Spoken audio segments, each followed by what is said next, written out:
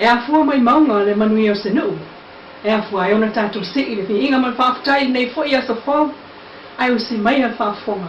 I se tautua whaopopole nei a lau Samoa Entertainment TV mai e pia ma ana Atamua. O le taunu ungo whai ngā mea po le savalinga le o whaasapoli ai e savai i ma upolu nei. A le vaenga wha upu whai a le whaas po le whaatuatua i le tua Samoa ua tasi i le so. Lea ua tae au ai i le tu malo vai maunga numero 4. Ma wha mai ai i le tu malo whale ata wha i le afiafiana nei. Na whawhtai ai el taitai le sungala au le mali tōpula te vau. Le pa ia o le tu malo o vai maunga wha. Le ave o le lātou langolango le matai o le fioanga o ala mangoto. Le fionga tonu u ame tuna i misi. Mātou sa vai mai matonu. Mua na mamori lau whawhtai le tātou nu tele ia pia. Che montafa tu le tufonga tapa au maainga lo tātou nu urwhal tolu whal salvarasi tai lo towa mana ia o la mangoto. Whawhtai. Atonu i wa iai le nganga e au le tawola au whamota. Tau tua wa leva na puno wala mangoto. O afea la iai se aso e tu lai mai ei. A tau whaifo inisi o teimi o luma le fionga sao ia le tā peitai. E se la vai tai au nei. Wala lango whatasi u tatu tu malo o nai sea. O le whato alua leo se swafa tonu.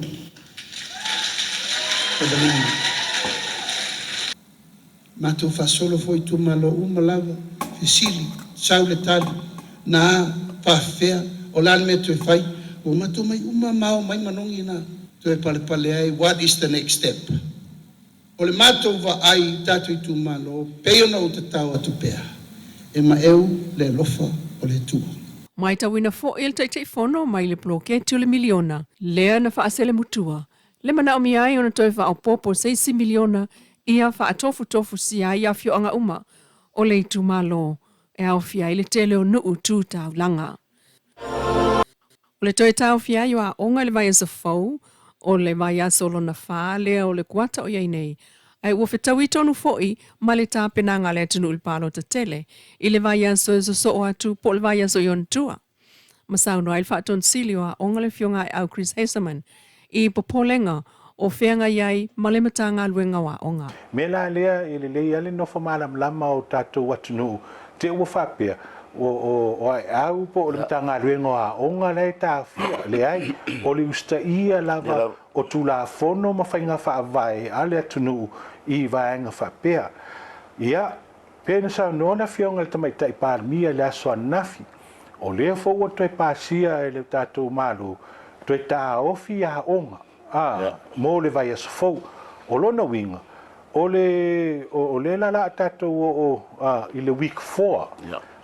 Le vai aso lona wha a le kwata tolu. Week 4 of term 3. O lona winga la ua whaava i aso wale ei ala ni vasenga ali ECE se i tau le tausanga fitu. O le tausanga valu tausanga sfulua. O le la tolu nei na vai aso o tā fia ia tātou a onga. Ia, o le popolenga le raua iei onga le watu lai tonu ale masino o kusa. Si sila foi la sua. E uma la le vavau la le mo le vai aso fou. O le vai aso ntua. Ia, ele tau whamatalaina. O le whaamoe o le tātou atunu i le whainga whidwhidinga. Ia, le ua pāsia. O le aso tofi, le aso lua valu, o le masina nei o au kuso. Ma le aso whareile le aso lua iwa. E aso malolo ono le whaamoe o le tātou atunu. Tō lai se singa i le ngana whaingofie. Ia, ua mautinoa ala, ua le ei ani a onga, al whanau. Mo le masina atoa au kuso. So o le popolenga la rea o le ua iai nei il tātou mtanga luenga. O le umi o le tāu finga o tātou wā onga. Ia o le telefona le lui tau ma le whaingatā o ngā luenga. Whionga i ulua onga o nei whaia onga. Ia o loo whapenana lango e le vasenga o asesia onga. Ia ai meise fo e a tātou o fisa tonu. O loo whapenana tātou fsosoani fo e ai tātou wā onga. Sauno fo ele fionga au le tele por kalame fatino. Alem tanga luenga i vasenga tulanga lua. O fa awa wai lunga o televise au sota inga televave. Moa onga mawa lunga mai universite. E fo ia onga o lo malanga atu lava fa ia onga e awane mea onga ai o nisi o mātua o lo piki ngā lue ngā whānau. Ai o isi o a onga ua wha o ngā lava sota inga tele vave. Ai o lo tau mawhai lava a onga e whaatino le au au nanga e pe on sao no le fiol whaaton sili.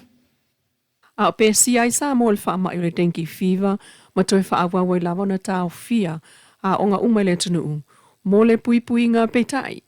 E mafuli lava I whanau o lo o a fia I le siama. Ai ua fautua maungani mai ei nei le pulenga o le to manga moe popo ngā tia. Le SVSG Samoa Victim Support Group. Mo mātua ai mai se oti nai whaamole mole ia mātala. E le o moe lava le fili. E pe ona moli mawina whanau le ilo loa. O whanau teine e sa waina I le tino mole mawhauwhau. Ai o tina talavau maulunga li I te ai o ainga taua I misa. Iana wha maunga o asa uma e te Tanielu telefoni o le line of Sosani. Le valu se lau fitu wha.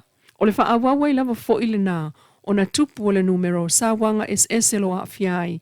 Whanau matinai to tonu o lato lava ainga. Peitai.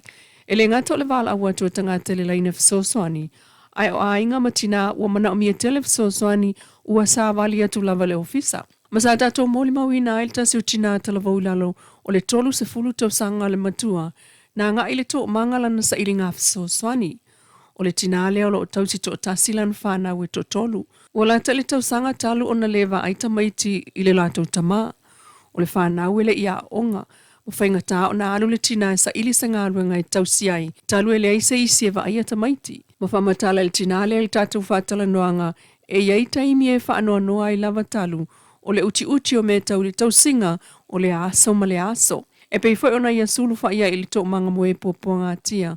Le SVSG mo le taimi mua ma sa alo lo whātu. Ai o le puti o whanau ma ia fianga wha mai wa pisi nei. Ai maise o le tūtū a ai o tina po o mātua fo ia whaatino la tō tiute.